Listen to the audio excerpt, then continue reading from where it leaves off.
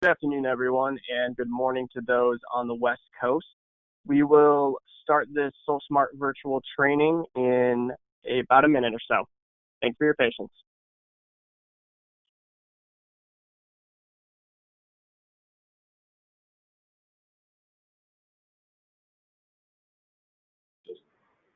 I just killed the attendee window. Good job.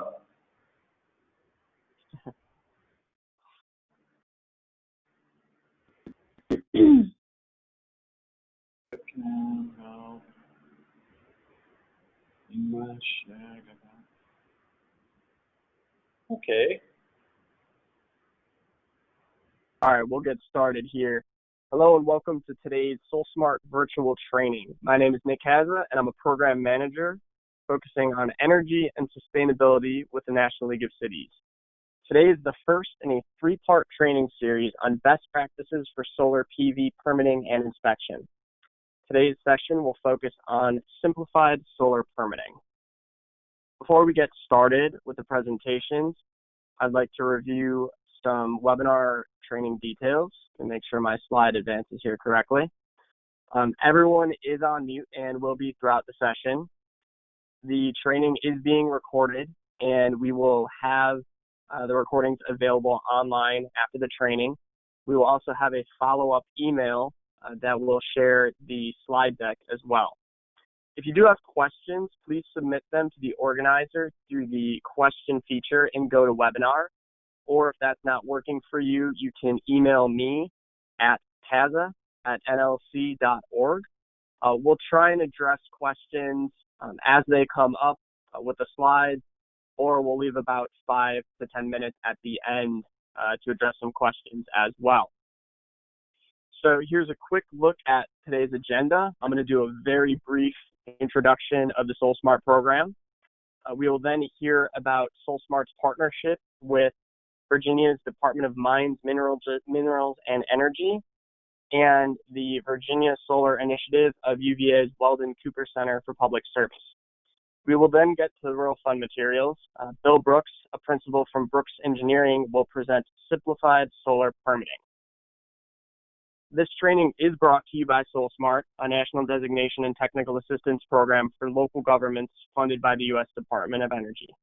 The SolSmart program provides assistance to local governments to enhance their solar markets, making it easier and more affordable for homes and businesses to install or access solar energy.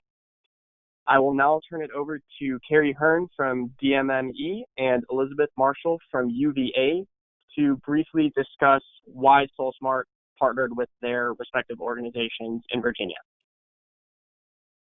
Hello, everyone, and welcome. And thank you for taking time out of your day to attend this training. And hopefully everyone will also be back for the next two in this series. My name is Carrie Hearn. I'm the Solar Program Manager at the Department of Mines, Minerals, and Energy. And I've been in this position since September of 2019. And the position was really created to support localities to invest in solar and to create the mechanisms for individuals and businesses in the community to do the same.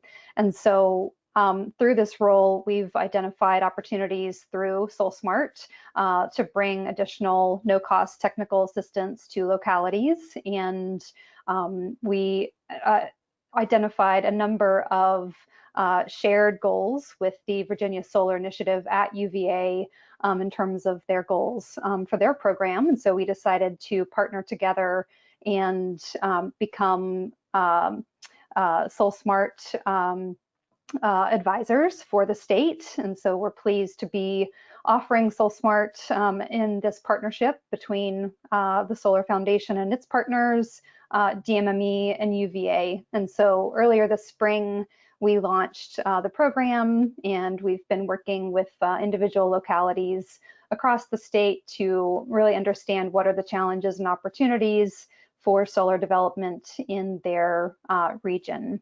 And so we really appreciate all of the consultation conversations that we've had to date with a number of you or your colleagues who may or may not be on the phone.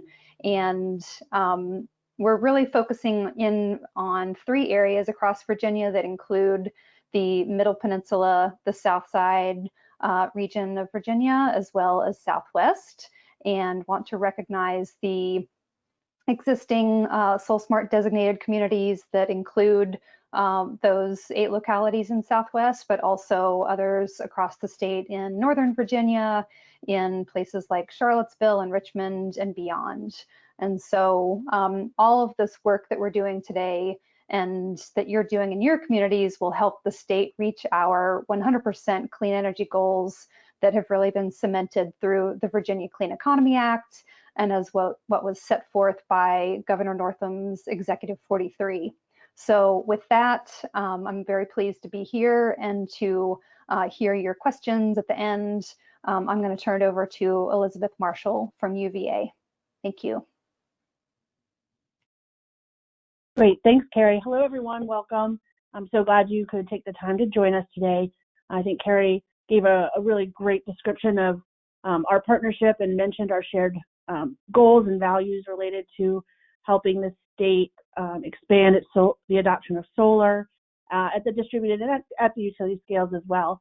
And so I'm the coordinator of the Virginia Solar Initiative at the Weldon Cooper Center for Public Service at UVA. And as such, our focus is to help support localities as they're developing and adopting policies and procedures related to solar development. And so that includes looking at permitting and inspection processes, as well as other things like planning and zoning policies, utility engagement, and other categories that the SolSmart program covers. So we're really excited that you joined us today and that we have the opportunity to present this 3-part training to you. I echo Carrie in saying if you're interested in learning more about SolSmart and joining up with us for this year's cohort that we're developing, to please visit the DMME SolSmart website and fill out a request for consultation form. So thank you very much. And Nick? All right, thank you both to Carrie and Elizabeth. And now, as promised, we will get to the really good stuff, and I'm going to make Bill Brooks the presenter. And I've worked with Bill on SolSmart for probably the last 4 years or so.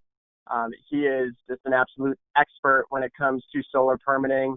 The way I like to say it, he's written quite a few solar guidebooks, including one in California, to really outline best practices for solar permitting and inspection. So we are in very good hands with Bill today as he leads us through simplified solar permitting guidelines. It's all yours, Bill. Thanks, Nick. Can you hear me? Yep, I can hear you. Great. Just want to make sure we're good. And thanks, everybody. Good afternoon. For those of you who are on time zones on the East Coast and Central. But today we're just going to do a short session. We're going to focus on getting started with the guidelines and talk specifically about structural aspects of those. And then next time we'll talk more, maybe finish out some structural things if we don't finish it all today, and then talk about the electrical part of the guidelines. And then the third session will be focused on inspections. Interesting, we're talking about Virginia. I started my career at NC State University, ACC school. So we've got a lot of ACC folks, I'm sure, represented on the call. And I'm sorry if you don't like NC State, but that's life. And yeah, we've got a lot of good ties there. I worked with DMMA 25 years ago. So I've worked with these organizations for a very long time. Been in my career in solar photovoltaics for grid-connected PV for 32 years. There's only a couple of dozen people in the world that can say that. And so I'm proud of that. I was a kid when I started, of course. I was 12, and so you know, now I'm in my mid-30s when I think of myself. But let's get into some of the material, and I'll try to flip-flop around on my screens here. We're going to be talking about permitting today and the guidelines. This is an old map, but it tells you, you know, the SolSmart communities are all over the place. this is the current map. If this comes up correctly, hopefully it does. And you can go to the SolSmart website. We want to encourage you to do that. There's a lot of great materials on the SolSmart website. This is just part of the process, providing these webinars. Also want to focus you on the solsmart.org /permitting website, which is the one that we're going to be talking about today. So all the resources that you're going to hear about today, if you go to this website, here's the main page, and you can look through the steps and the resources, and there's PDFs that you can download. There's also webinars here that you can view as well. So all these resources are there, and really want to make you aware of these things because you're why they're there. So let's see. Let's go back to our slides and talk about why do we have permitting guidelines? What's the need for that? I've been working on permitting guidelines since probably 2000, 2001, when the city of San Diego came to me and said, can't we just come up with something that's kind of simplified like we do for air conditioners and things like that? And I said, well, you know, it's kind of a little more complicated maybe, but hey, I guess it's kind of similar. So let's work on it. Let's see what we can do. So worked with the gentleman there, and we were able to put together some things. And then further down the road, we put together the expedited permit process for the U.S. Department of Energy, which has been used in a lot of different scenarios. And then on the California guidelines were established through a law, actually, AB 2188 in California. And so all the jurisdictions were somewhat heavy-handedly encouraged to use a permitting guideline. And then when SolSmart got going, certainly one of the important aspects of getting more solar into a community is to have some structured guidelines to make it simpler for the jurisdiction to review and to approve permit applications on stuff that they're just not that familiar with. Now, certainly over time, as you get more and more solar in your communities, you might have some folks that are very, very involved and well informed about these things, but it's nice to have a structure. It's nice to have something where people with a lot of experience have gone through the details of it. I've done it many times and come up with materials that primarily for simple PV system installations, where only a basic review is necessary. So it's focused on residential, and we'll cover a good portion of residential applications. Some residentials can get very complicated and beyond the scope of this for sure, but it also could cover some small commercial. A lot of our small commercial installations are very similar to residential installations. In fact, the services may be identical to a residential installation. And so then we also have building code as well as fire code, and in addition to the electrical code requirements that these things are intended to address. Okay, so kind of the way it's laid out is there's an eligibility list, essentially defines the details of what's in these things, what kind of information needs to be supplied, what the structural review is required to do, and what the electrical review is required to cover. And so we're going to go into those things and kind of walk through in detail an example, and we're going to use a Virginia site in our examples.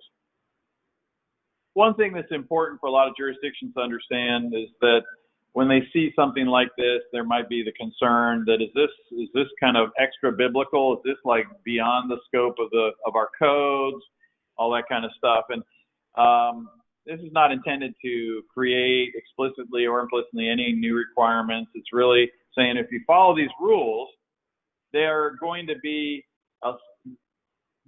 focus on things that are in compliance with the codes that are relevant. Mostly the residential and the electrical codes are the ones that are the most relevant at this point in the game. And it's going to focus on those, and that if you follow these guidelines, you'll be in compliance with those codes. Now, some of the stuff will be more restrictive than the codes. Part of that is due to the fact that we're trying to simplify the process, and part of simplifying the process is defining what I call a box, where we define the parameters of what the PV systems are that would be allowed to go through the simplified process. It doesn't mean that you couldn't do a more complicated system, just a more complicated system would not go through the simplified process. But if we can cover 80%, maybe more than that, of the systems that are out there, then we've really accomplished something, I think, and can help lessen the burden on communities, and also help contractors understand what's expected of them. And that's really important as well.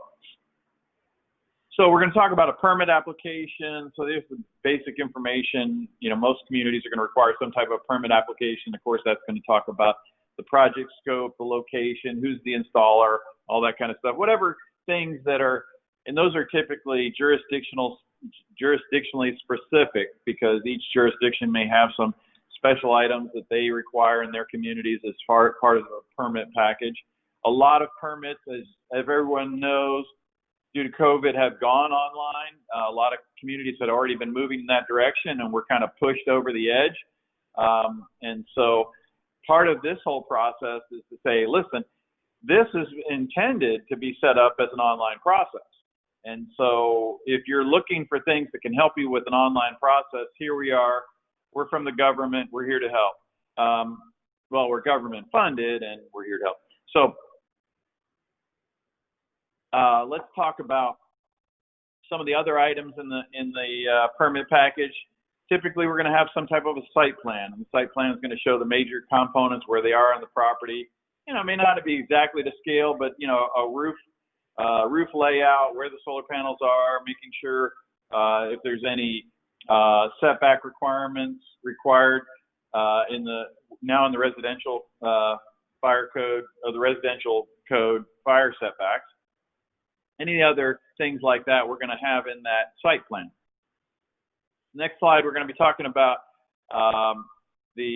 we'll also have the structural and electrical worksheets, which go through the details of what's in the picture, what's in the project, how the structural aspects are being addressed, how the electrical aspects are being addressed, and then any specification sheets and installation manuals that might be required as part of the process.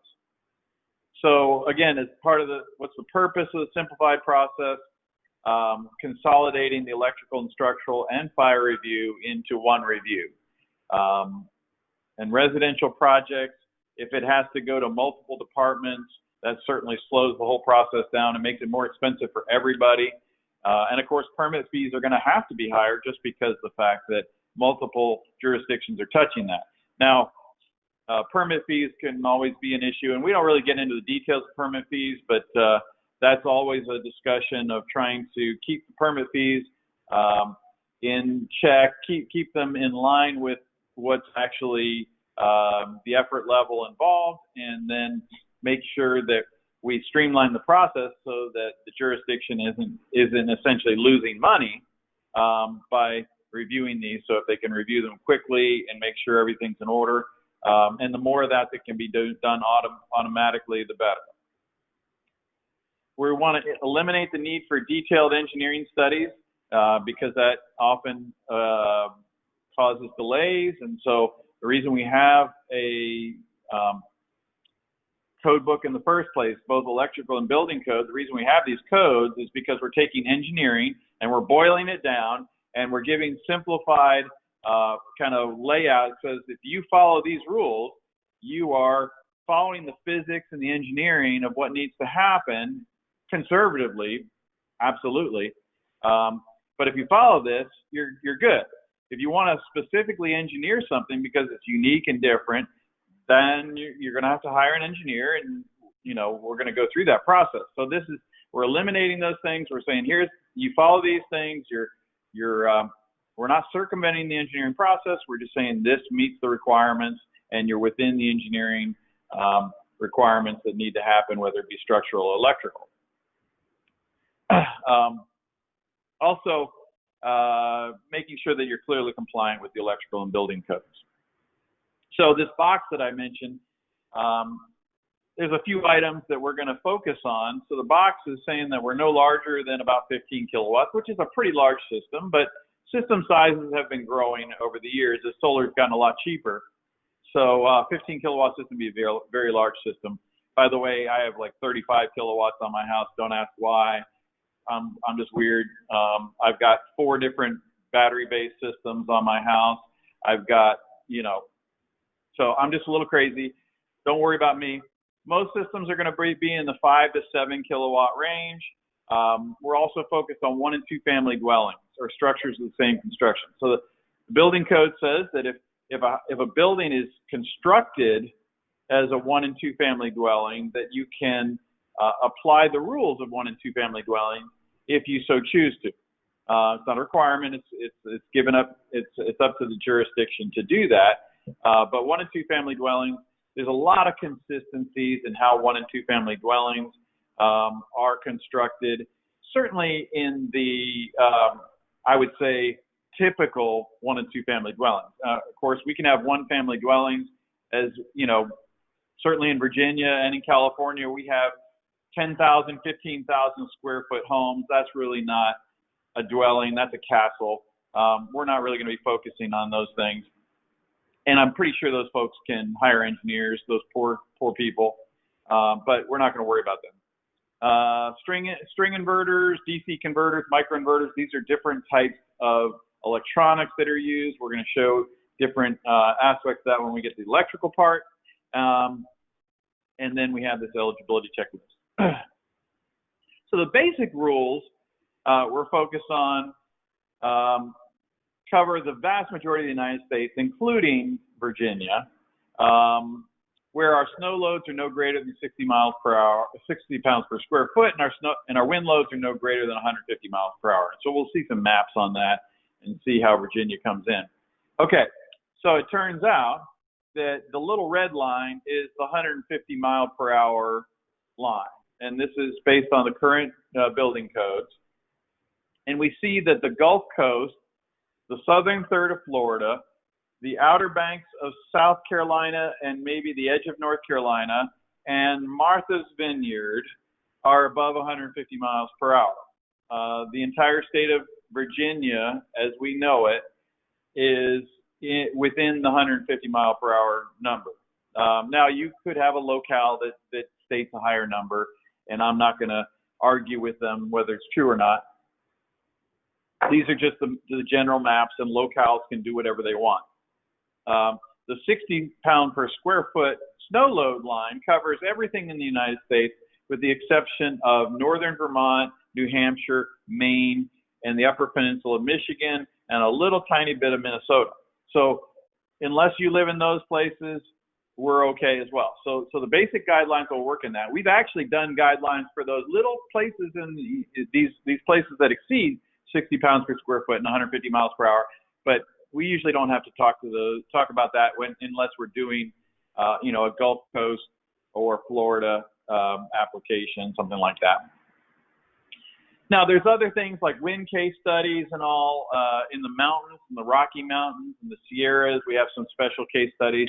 Again, we don't have a lot of folks online that are worried about that. There's all kinds of snow loading case studies in high elevations and things like that on the western half of the United States. But that's just to show that those things do exist. We also have wind case studies in western North Carolina, the Appalachian chain, and the northern part of the Appalachian chain. We know you've heard of places like Mount Washington, very, very unique wind loading situations that are dramatic.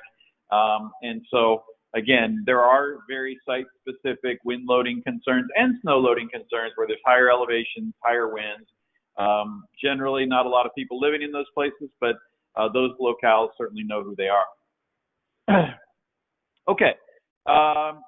So for member attached, so we're going to talk about a couple of different types of attachment methods. So solar panels, we're attaching them to rooftops. We're focused on rooftop applications in this.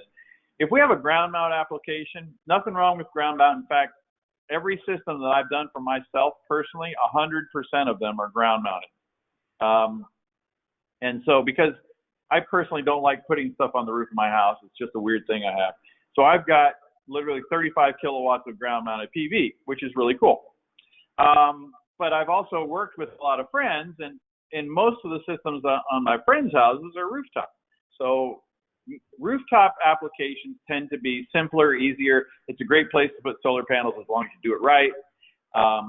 And it also helps with things like shading and stuff like that. You get it higher up off the ground, you have less problem with trees, all those kinds of things are helpful. So again, 60 pounds per square foot, 150 miles per hour, those are basic things.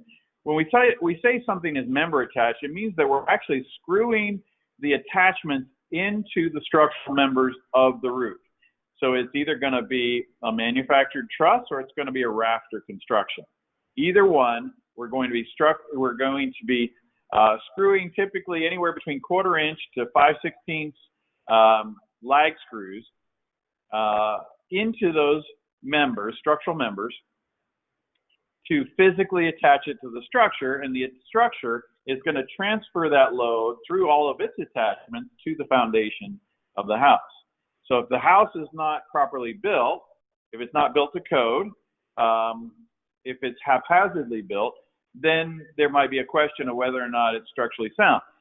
If it's built to code and it's all been attached correctly and attached to the foundation correctly, we're not going to blow away regardless of the wind speed because it's been designed for the wind speed of the location. We're not going to allow anything in this, and again, in the simplified guidelines, we're going to eliminate exposure D, which is waterfront, where we have a mile's worth of waterfront in front of us. Now, anywhere in Virginia and in the Delmarva region, by the way, I grew up in the Delmarva region. I spent my summers on the eastern shore of Maryland, sailing, crabbing, fishing, all that kind of stuff. I was a bum in the summer times growing up. It was a great place to grow up. Love it. My grandparents lived on the waterfront, but their waterfront was about 1/4 of a mile across. So it would still not be exposure D. It would be exposure C. Exposure D is your waterfront. Maybe, well, you got a good example, but might be George Washington's house. Okay, so he's up on a hill. He's looking over the water. Maybe that's exposure D. Things like that. But waterfront on the ocean for sure is exposure D. Large lakes, exposure D. Not on a steep hill, 5% grade. So Mount Vernon is also kind of got a pretty steep escarpment coming up there from the Potomac. So yeah, that would also kind of be a problem. And so George Washington's going to have to hire an engineer. But that's okay. George was president. He was a smart guy. He might have engineered it himself. He was, right. He was a surveyor, right? I actually visited one of the places and had his initials carved into the rock. That was really cool. Roof mean height, 40 feet or less. So again, this is for houses that are not 10,000 square feet and 60 feet tall or anything like that. Even Mount Vernon, I don't think is 40 feet tall. It's very picturesque, but it's not 40 feet tall. So roof mean height means the actual peak of the roof might be 45 feet, and that the roof structure meets the IRC. I don't know whether specifically Mount Vernon meets the IRC, but it's stood the test of time for a couple hundred years. I don't think we're worried about that structure. And that there's no structural damage. So structural damage obviously can happen when you have roof leaks, things like that. Or structural damage can happen because somebody actually damages the structure by removing structural elements from the roof. This happens occasionally. I don't think it happens all that often, but there's a lot of folks that maybe want to use their attic as storage, and they get up in their attic and they've got all these 2x4 truss struts in their way, and they go, man, I just can't fit my Christmas stuff up here. So they got a skill saw for Christmas, and I don't have anything to cut. Well, now I have something to cut. So they take their skill saw and they trim out some 2x4s, burn them in their fireplace because that's the only wood they've ever had. And now they've got room to put their Christmas stuff. Well, you've radically changed the structural aspects of that, and all of a sudden all these presuppositions just don't hold water, so to speak. Well, the roof probably won't hold water for very long after that. So with a member-attached system, first of all, we start with the first item on our list is the array is set back from all the roof edges and ridge by at least twice the gap under the modules, or more. If there's a fire access pathway required, it could be quite a bit more than that, but this is a wind loading issue. And what it says is that a typical array, if you're not familiar with them, they're typically mounted about 5 inches. The bottom of the modules are about 5 inches off the roof deck. All right. And so what it's saying is that if you're 5 inches off the roof deck, you want to be about 10 inches away from the edge of the roof. The reason for that is they've learned over the last 10 to 15 years that there's some high pressure vortexes related to solar panels. There's some high pressure vortexes right at the edge of the roof. And if you capture those with the edge of the panels, you can actually have some very intense loads that exceed the ratings of the modules even. And so by stepping back a little bit away from the edge, you get away from that high pressure vortex. And like I said, if you've already got a requirement for a pathway, you may be fine in that one area, but there's going to be places where you don't have a requirement for an access pathway, and therefore you need to pay attention with being away from the edge of the roof. It looks better anyway. We certainly don't want to go over the edge of the roof. We don't want to go over the ridge of the roof, so it has to stay in the plan view of the building, and this is even more constraining than that. Got to move back from the edge of the roof. Also, we don't want to cantilever over the perimeter anchors, and we'll see a diagram of this in a minute, more than 19 inches. What that means is that we typically put attachments on the roof, and we mount a rail on top of that. The rail then is actually what the solar panels are attached to, but the rail, the anchors for the rail and the roof are obviously what connect it to the building. Now, the perimeter anchors that are connected to that rail around the edges are the ones that are going to very logically and intuitively get the most load, because they don't get any help from anybody else. They're all by themselves. They also are the anchors that are the most heavily loaded, whether it be for snow loading or wind loading. So the perimeter of a system always gets the most loading. And so when there were literally thousands of simulations done to come up with these guidelines. And so in the process of that, we set these parameters in play, because we got to say, well, we got to define where we stop in all this. And so if you're going to go over more than 19 inches on a perimeter anchor, you need to go on to the next rafter and attach to the next rafter, and then you don't have a cantilever at all in that case. But that's just an allowable cantilever. It's commonly done. It makes it look more aesthetic if you can kind of cantilever the panels over the end anchors, because then it hides the anchors and stuff like that. So the gap under the modules we want to keep to no greater than 10 inches. So that's why we're never going to go over the ridge of the building. We're not going to tilt up more than 10 inches off the roof deck, things like that. So if we had a flat roof construction, we might tilt up a little bit just to allow dirt and dust and things like that to wash off in the rain, but not more than 10 inches. And this has to do with how much wind are we going to capture behind this large sail that we're putting on somebody's roof. So we want to do that. Now, this large sail we're putting on the roof has some advantages in that it keeps the sun off of the attic and cools the house down, and also keeps the sun damage off the shingles and whatever roofing systems you have. So there are some real advantages to it, but we also want to make it clear that we're aware of the structural loading going on here. One thing that's been added to the building code is that it requires that there be a gap between modules, a 1/4 inch on the long and short sides of the modules.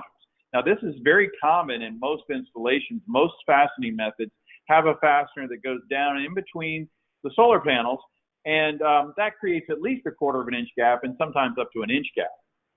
These gaps that we're talking about here are for pressure relief.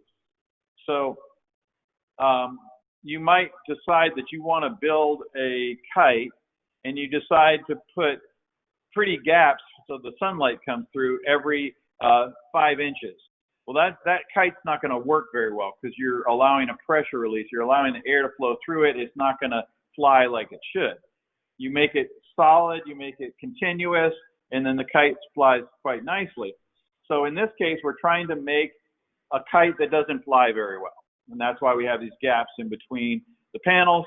And an alternative to the 1/4 inch on all sides might be we could butt the short sides of the panel. Since most panels are rectangular in shape, and we could butt the short sides together and we could leave a 1/2 inch gap on the long side, and that would be better than even 1/4 inch all the way around. So just giving a couple of options on how to do that. All right, we'll go for about another 8 minutes, and then we'll open it up for questions. So if things are coming up in your brain, like what in the world are we doing here, we can go back to any of these slides and talk about it in the time we have at the end here. The mounting rail orientation. Now, we don't always use rails. There are what we call rail-less mounting systems. They'll use the anchors and the modules together without continuous rails. They might actually have short sections of rails on some of these rail-less systems. But in general, if we got a rail system, which is by far the most common, we're going to run those rails perpendicular to the rafters or trusses. So as you look at a house from the front, the rafters or trusses are going from the eave to the ridge and in a parallel fashion, hopefully. And then our rails are going to go crossways across that, and they're going to cross the rafters, which allows us to attach to whichever rafters we need to in order to spread the load out and attach to the structure. So that's the basic approach. And then if we're talking about spacing perpendicular to the rafters, we're generally, if we're in this 60 pound per square foot, 150 mile per hour wind regime, all we have to know is that we don't want to exceed 4 feet on center, and the anchors in the adjacent rows, we need to stagger, and we're going to show you what that means. It means that every other row of rails is going to be attached to a different set of rafters, and what that does is that spreads the load evenly among all the rafters and gives us a perfectly even loading of the roofing system.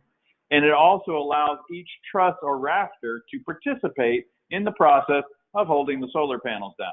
We want to keep everyone together and working together as friends. And we're talking about typically 24 inch on center or less construction. That's standard construction. We do have constructions around the country, 32 inch on center, some even 4 foot on center. And in those specific applications, we need some other things to figure out whether we will typically have to be in low snow load and low wind load areas to actually attach to those systems effectively. Or special engineering. So what we're saying here is that this is very conservative engineering that went into this stuff, and that doesn't mean that somebody's got a 32 inch on center roof can't do solar. That's not true at all. It just may mean that an engineer is going to have to go through it, make sure that the structure is sound, make sure that the attachment methods are correct, and all that kind of stuff. And we're saying that if you follow these rules on 24 inch or shorter spacing systems for roofing systems, you're going to be good to go, no problems. All right, the upslope, downslope spacing on your rails.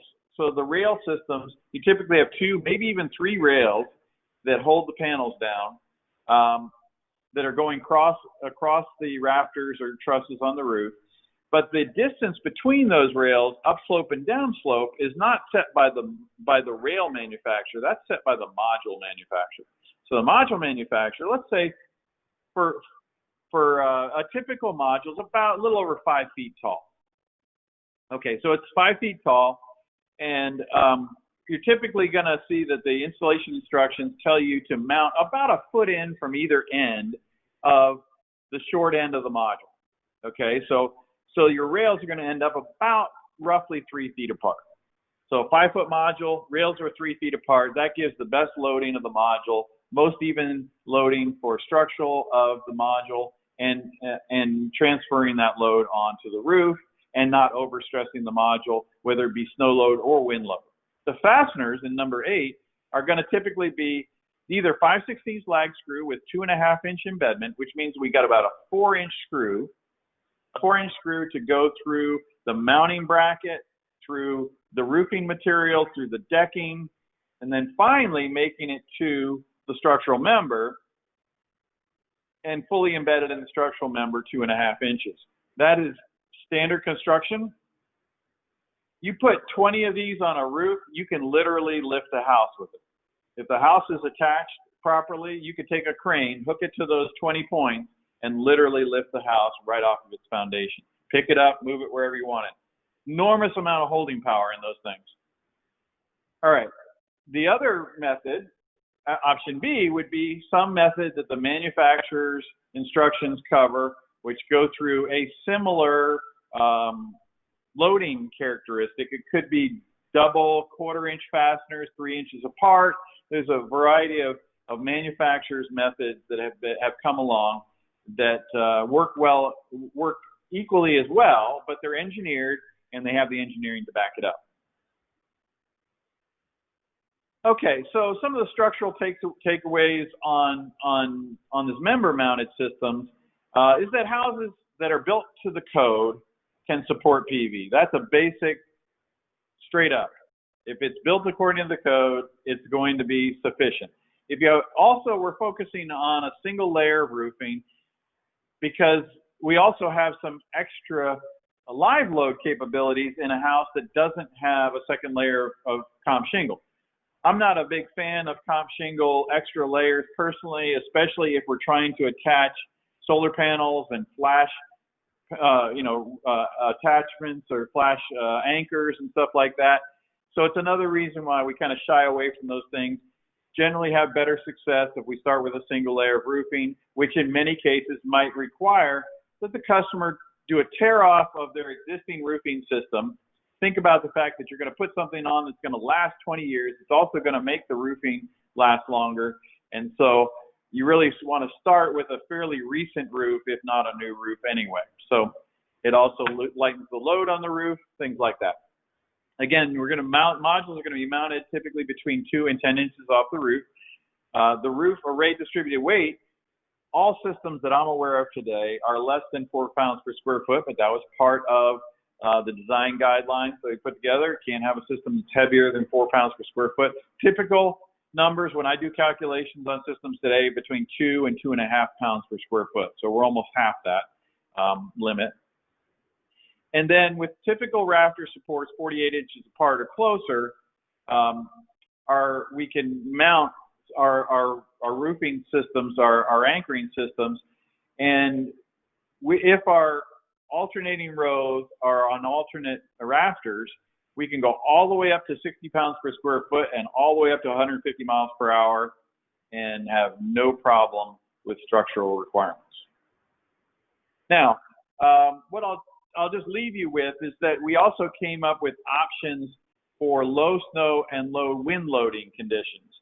And it's kind of funny, Virginia kind of catches the edge of these things in Southern Virginia and part of North Carolina. But if you look at the yellow line is the 120 mile per hour wind loading.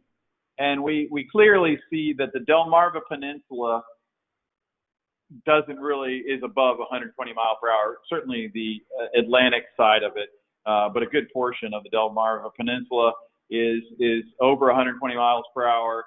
The Norfolk region is above 120 miles per hour, all that kind of stuff. But as you move inland, maybe towards South Hill, that region around there, right around the border of North Carolina, know a lot about that area because I lived there for quite a long time. We have this area where there's low wind loading, and so you can do some things that you can't do other places. And so that's what's shown here. Certainly we have southwest Texas, southern New Mexico, southern Arizona, and half of California that have no snow loading requirements at all because there's no snow load there. The no snow load areas in the Gulf region, unfortunately, coincide with the 120 mile per hour wind regime. So they really don't buy you anything here down in the bottom. It really buys you where this green line is or where the blue line is, inland, southeast, and it works its way into what I would call southeastern Virginia, whatever you call it. With those special issues, our mounting rails could be parallel to the rafters instead of perpendicular, and not more than 4 feet apart. So sometimes folks want to run their rails vertically. Well, if they're in a low snow load, low wind load area, less than 10 pounds per square foot, less than 120 mile per hour wind regime, then that would be okay. And there's probably several places in Virginia where that's true. If we're perpendicular to the rafters, then, and we're in this low snow load area, we can do it orthogonally. Orthogonal means, in this B, it means that we don't have to go to staggering the spacing on adjacent rails. And we'll show you a picture of that when we're talking in the question period coming up here in just a minute. And then we could actually go, if you had 0 snow load and 120 mile per hour, you could actually have an orthogonal arrangement where you're attaching to the same rafter, every third rafter on a 24-inch center rafter system, as long as it's less than 6 and 12, and the ground snow load is 0, which is a lot of California, and like I said, the southern United States, then you could do that. I don't know that it really complies with what we have going on in Virginia.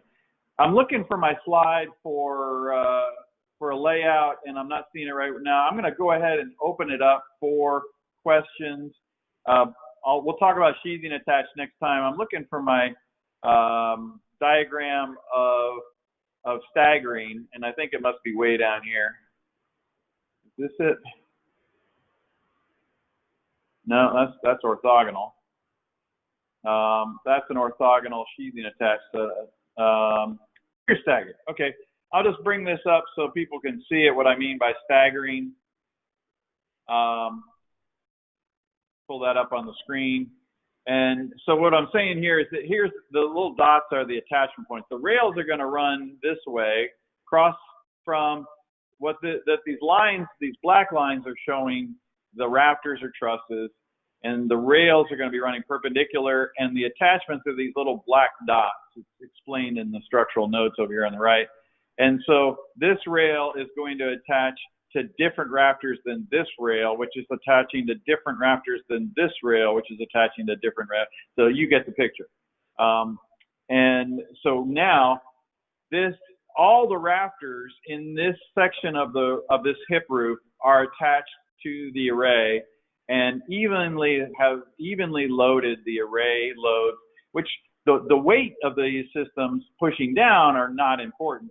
It's more about the uplift forces, high snow loads, certainly on weight pushing down when snow, and then wind uplift forces when we have a lot of wind. So with that, do we have any questions in the chat? I haven't been really monitoring the chat. Don't see any. Can you hear me, Bill? I can. Haven't seen any questions. I've been monitoring both the chat and the questions feature. Somebody did compliment that it's been very enjoyable so far, so appreciate you taking the time for us. We will give it a minute or two to see if folks do have any questions right now. Feel free to raise your hand. We could try and do an audio Q&A. If not, send it through the chat, send it through the question feature. We'll give it probably about 5 minutes or so.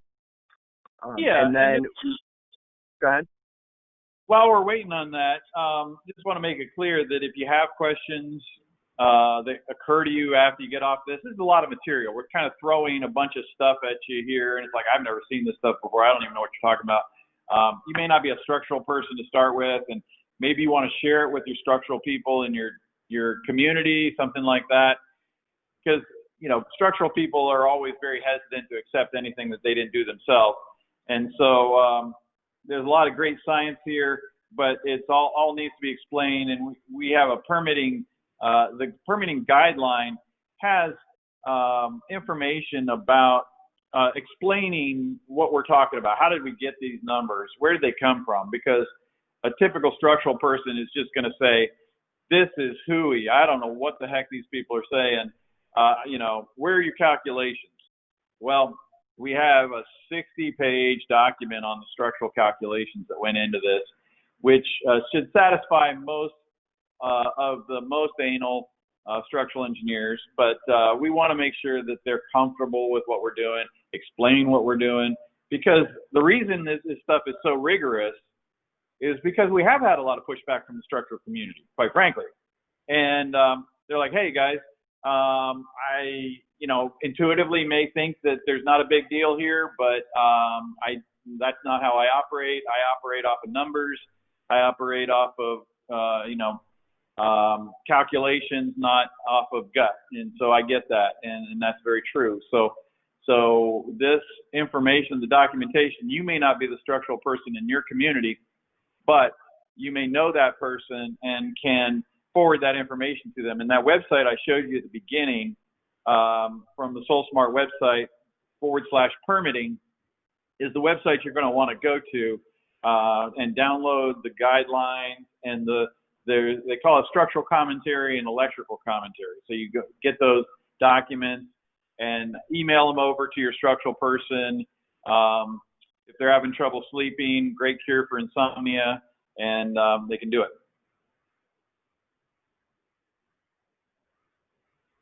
Hey, Bill, I do have a question just about structural.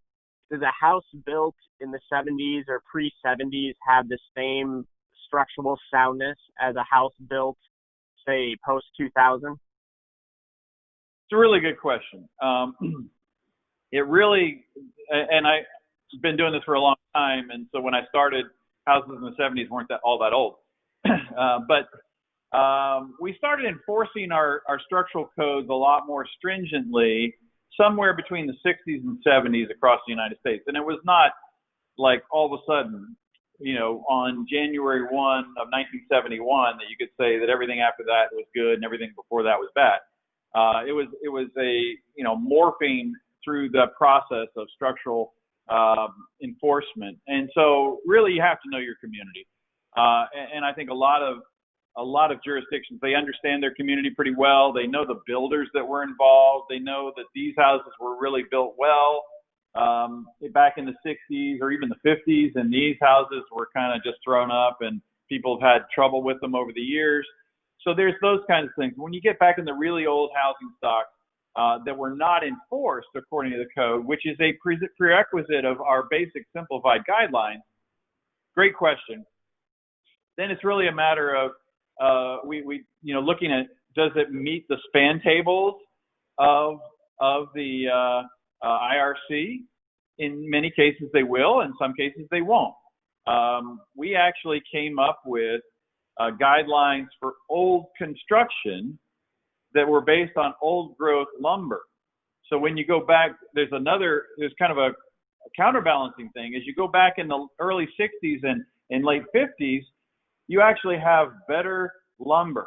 So they're typically older growth, more dense lumber, and the grading of that lumber has changed over time. And so you could say that there's a stronger lumber, and you could even say that the modulus of the lumber, which is the width of the lumber and how that affects loading of the lumber, we didn't do as much planing. Okay, so a 2x4 used to be 1 3/4 by 3 3/4, and then it became 1.5 inches by 3 1/2. Well, when did that happen? That happened in the 60s. And so then we have rough. I lived in a house in Western North Carolina in Asheville, where I grew up, and we had rough hewn full-size 2x4s in the house, much stronger than planed 1 3/4 or planed 1 1/2. And it was old growth yellow pine, very strong lumber. So there are some differences there, but those kinds of things may, unless you know a lot about that construction and your structural people are really comfortable with it, that may be where you bring in, you require that an engineer look at that older stuff. The newer stuff should not so much. And where was the breaking point where your communities were really enforcing the structural codes and everything was built according to code and the span tables are being observed and things like that, versus older stuff that may or may not? That was fantastic. Thanks for answering that one, Bill. I'm going to actually take back control and share my screen real quick since I have information on the 2 additional sessions that we have coming up next Thursday, August 20th. So, Nick, I'm going to sign off because I've got another session coming up in 3 minutes, and so I got to prepare for that. But if you have any questions, please email Nick or myself, and be happy to answer them. And we'll be looking forward to seeing you at our next session that Nick's going to tell you about now. Exactly. Thank you very much, Bill. Fantastic. Thank you, Bill. All right. So as I was mentioning, we have 2 more sessions in this 3-part series. Next Thursday, we will have Simplified Solar Permitting Part 2. Bill alluded to it. We will cover a lot of the electrical requirements for that session, and then we will follow it up with a session on best practices for field inspections. And that's a little change in our schedule. That'll be Tuesday, August 25th. The links, I know they're quite long right here. I will follow up with everybody with an email with the slides that were used for this session, which will also appear for the next session, and this information as well. So if you haven't registered for session 2 and session 3, you will be able to do that. Just want to close it and thank both Terry and Elizabeth for providing the introduction. If you are interested in SolSmart in Virginia, please contact them. Please set up a consultation call so we can get started working with you. And we will be back next week with Bill to discuss the second part of Simplified Solar Permitting.